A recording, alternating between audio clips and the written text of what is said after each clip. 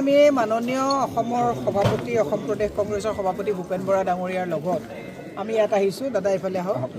আমাৰ ব্লকৰ সভাপতিজনক কি হিচাপে আপোনাৰ মানে মাৰধৰ কৰা হৈছে, গোটেইকেইজন কৰ্মী আমাৰ ইয়াত আছে। মই এটা কথা ক'ব বিচাৰিছোঁ, ভূপেন বৰা ডাঙৰীয়াকো ক'ব বিচাৰিছোঁ যে আপোনালোকে গুণ্ডাগিৰি কৰি পেলাই ৰণ জিকিব বিচাৰিছে নেকি?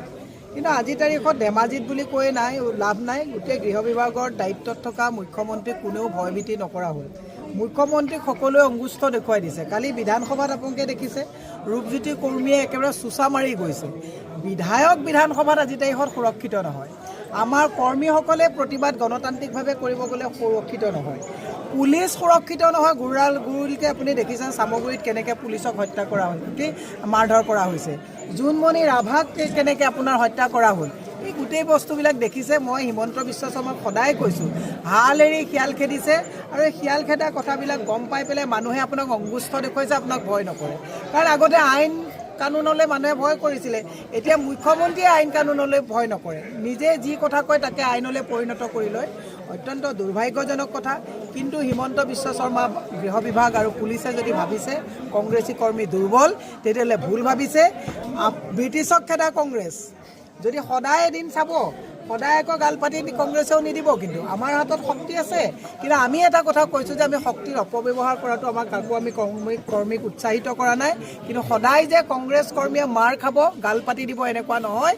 ইয়াৰ যদি প্ৰতিক্ৰিয়া আৰম্ভ হয় তেতিয়াহ'লে মুখ্যমন্ত্ৰীয়ে চম্ভালিব পাৰিবনে? নোৱাৰে।